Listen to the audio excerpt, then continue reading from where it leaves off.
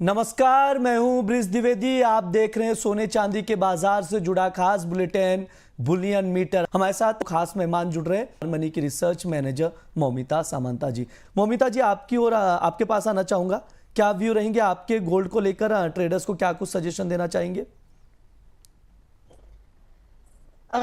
Breezy, gold के prices तो अभी हम देख ही रहे हैं। आज जो है थोड़ा गैप अप खुला था, अभी 1,60,338 है।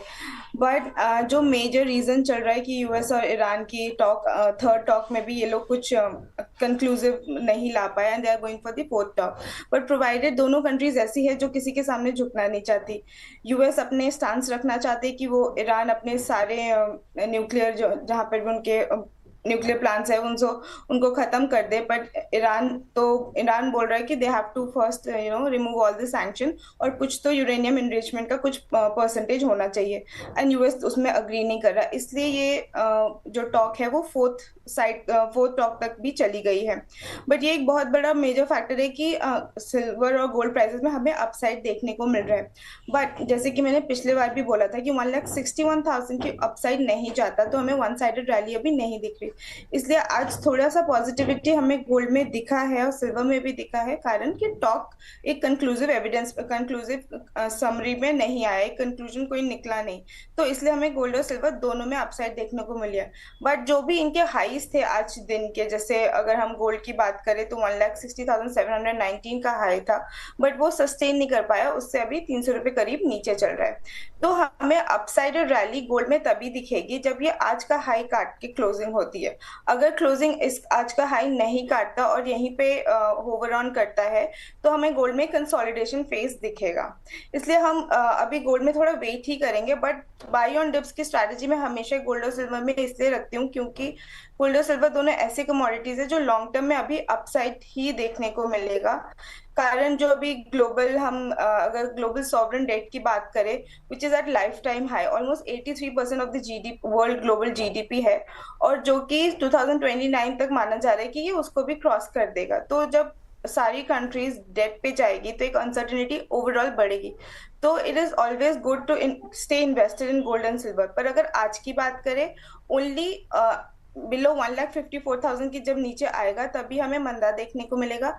Otherwise it is an upside rally ही है। बट अभी अगर हम प्राइजेस की बात करें तो हम 1,59,000 के आसपास बाई कर सकते हैं with stop loss of with a stop loss of 1,54,500 and a target of 1,70,000, provided आज की क्लोजिंग जो है आज के हाई के ऊपर हो। ठीक है, ये राय है गोल्ड को लेकर। आर मनी की ओर से टॉप पिक में रिकमेंड किया जा रहा है गोल्ड। मोमिता जी, आपकी ओर से सिल्वर पर क्या व्यू है, आपकी क्या राय है? जैसे कि मैंने बोला कि सिल्वर जो है अभी अपसाइड ही, आज 6.15% अभी अप चल रहा है। और सिल्वर में भी अपसाइड हम इसलिए देखने को मिल रहा है because of obviously the stated reason, US and Iran. साथ ही साथ यूएस इकोनॉमी भी अभी वीक है, डॉलर इंडेक्स 98 के ऊपर नहीं सस्टेन कर पा रहा। वहीं अगर हम उनके अनएम्प्लॉयमेंट रेट की बात करें, दैट इज ऑल्सो एट 4.3% के आसपास ही चल रहा है। तो इंटरेस्ट रेट की कट की भी बात हो सकती है मार्च में, अदरवाइज इन जून। तो ये सब सारे फैक्टर्स के चलते हमें सिल्वर प्राइसेस में भी अपसाइड देखने को मिल रहा है, जस्ट लाइक गोल्ड। तो सिल्वर प्राइसेस को हम अभी अपसाइड ही देख रहे हैं, इसलिए हम बाई या डिप्स की ही पॉसिबिलिटी में रहेंगे with by at 2,60,000, but SL at 2,53,498 and target at 2,90,000।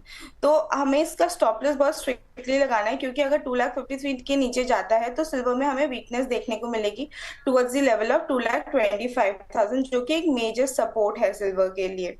हाँ, अपसाइड हमें वन साइडेड रैली आज का भी तभी हमें देखने को मिलेगी once it crosses the high of today, which is almost 2,77,500।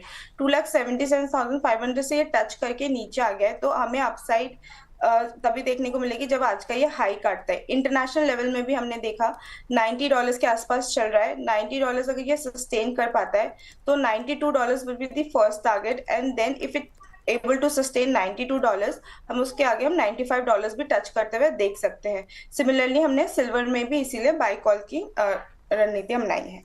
Ma'am, आपके पास आऊंगा। रोशी जी का सवाल आ रहा है, सिल्वर बाय करना है 3 किलो, कब करूं?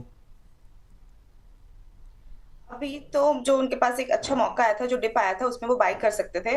But I would never say कि आप इस लेवल पे बाय मत करो। बट आपको अगर फॉर एग्जांपल आपको 3 kgs बाय करना है, you can start with staggered buying. यहाँ पे आप 1.5 kgs बाय कर लीजिए। जब भी एक डिप आए, आप नेक्स्ट बाइंग के लिए जाइए।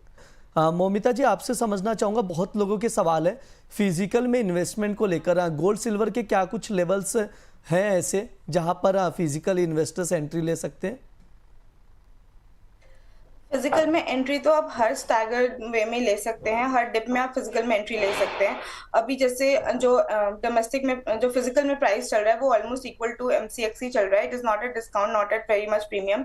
सो आप इस लेवल पे भी बाय कर सकते हैं। बट अगर आपका, जैसे कि मैंने बोला पिछले क्वेश्चन के आंसर में भी, कि स्टैगर्ड बाइंग कीजिए, इस लेवल पे भी आप बाय कर सकते हैं। जब भी एक डिप आए, उस पे भी बाय कीजिए, क्योंकि अभी जो फिजिकल में मूवमेंट चल रही है, वो एट पार है with MCX. So this is the right time to buy in physical. जी बिल्कुल, ये व्यू है फिजिकल में बाय करने को लेकर। मौमिता जी, वो आंसर कंप्लीट कर देंगे जो आप दे रहे थे, शॉर्ट ही रखिएगा क्योंकि समय हो चुका है। Yes. So there won't be any fall in the prices, because whatever price we see in the domestic market, they are almost equivalent to what is happening in the international market. So even if there is a changes in the rules and regulation, that will be the ETF and mutual fund will be priced according to the domestic prices, we won't see any drastic fall in the prices. ठीक है, ये बातचीत हो चुकी है, समय भी हो चुका है। मौमिता जी, डिस्क्लेमर दे दीजिए। I do not have any position in derivatives of gold and silver, but yes, I have positions in physical in gold and silver at various levels. Moumita जी, आपका भी बहुत बहुत धन्यवाद। Thank you so much.